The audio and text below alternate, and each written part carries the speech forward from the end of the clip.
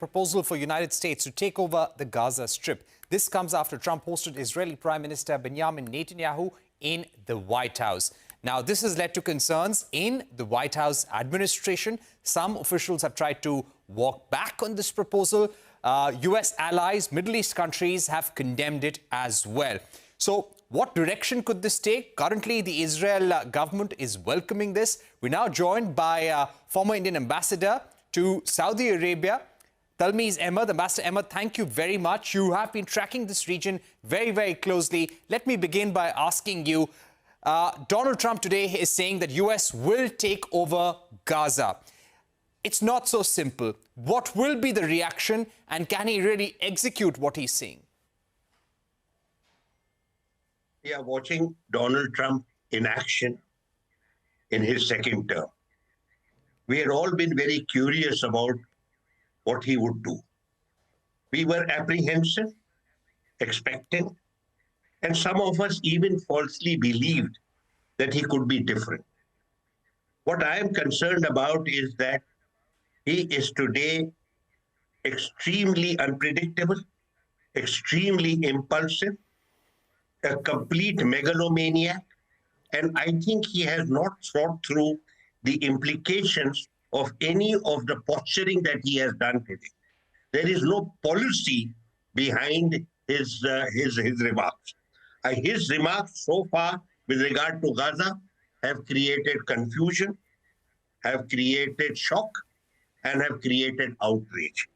There is no contribution that he has made that could be considered remotely positive or constructive.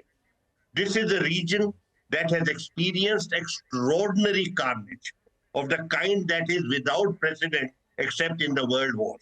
We have had within 15 months 60,000 people killed in front of our eyes, and numerous, most of them women and children. And yet the US president has the temerity to say that he is going to construct a Riviera in Gaza, and that the entire population will be cleansed out, and that he will then occupy it on behalf of the American people. This is an absolutely obnoxious remark, and it is something that should be condemned very strongly. Right.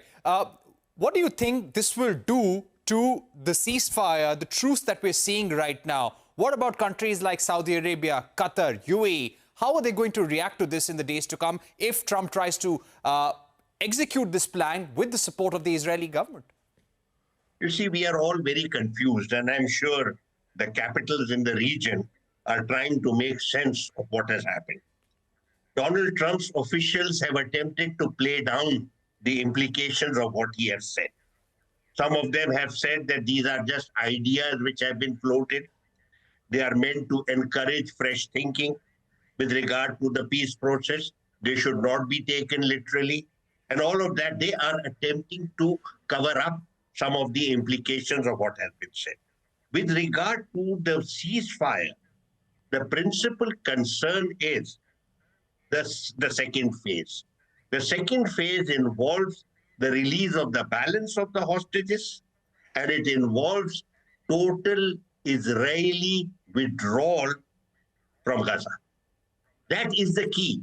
Now, you know, right from the beginning, Netanyahu has shown very deep reluctance about phase two. He has been preparing the ground for a renewal of conflict. He knows that phase two has two problems for him.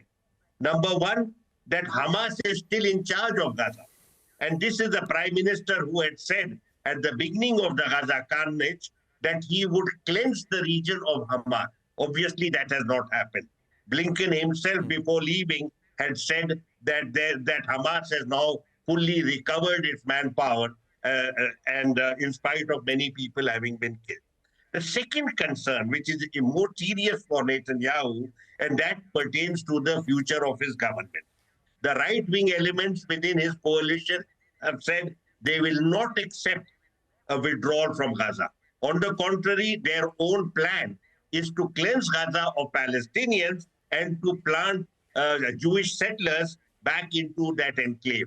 So there is a serious problem that Netanyahu faces with regard to the second phase, because he is committed under that agreement to withdraw from Gaza, but that could lead to the fall of his government and the legal implications that will follow for him personally, as far as the criminal cases against him are concerned and inquiries about his conduct that had led to the attack on 7th October 2023. So there are serious implications, and we have to be concerned very, very much about what is likely to happen now with regard to the situation in Gaza and the ceasefire agreement.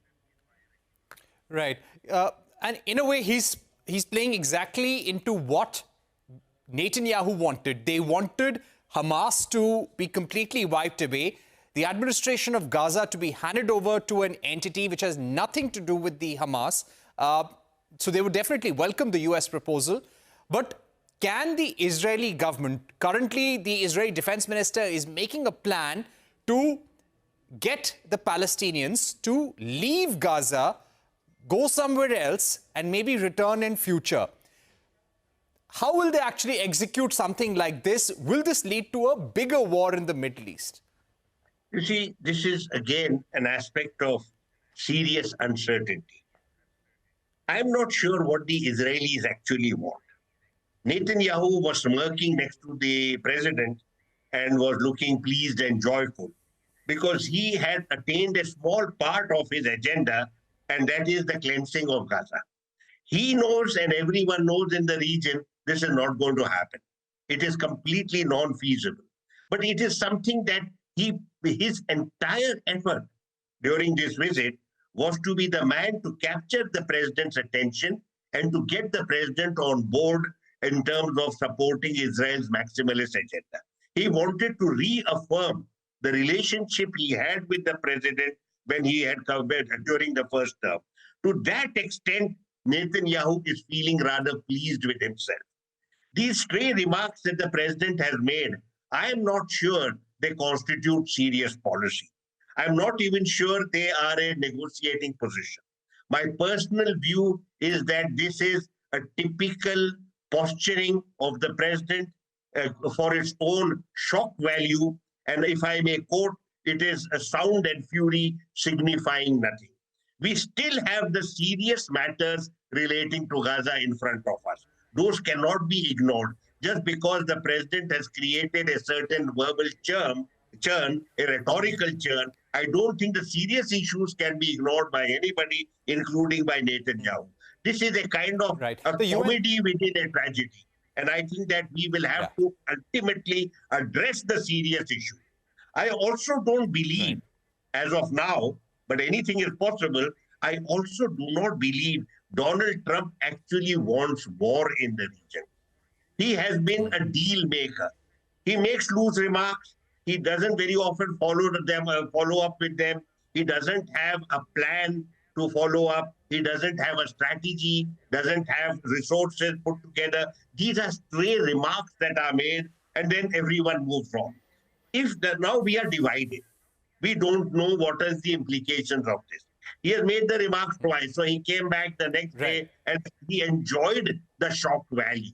He wants to be on the world stage. He wants to strut on the world stage and tell everybody what a great guy I am.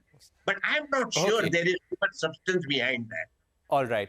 Sir, I'm running out of time, but thank you so much for joining us, giving us a full perspective of what's happening between US and Israel right now, difficulties and dangers of what could happen if such a plan is executed. So that was Ambassador Talmiz Ahmad speaking to CNBC-TV18, giving us a sense of what's happening in Gaza right now. We've completely run out of time, but thank you so much for joining us on Global Eye. Goodbye.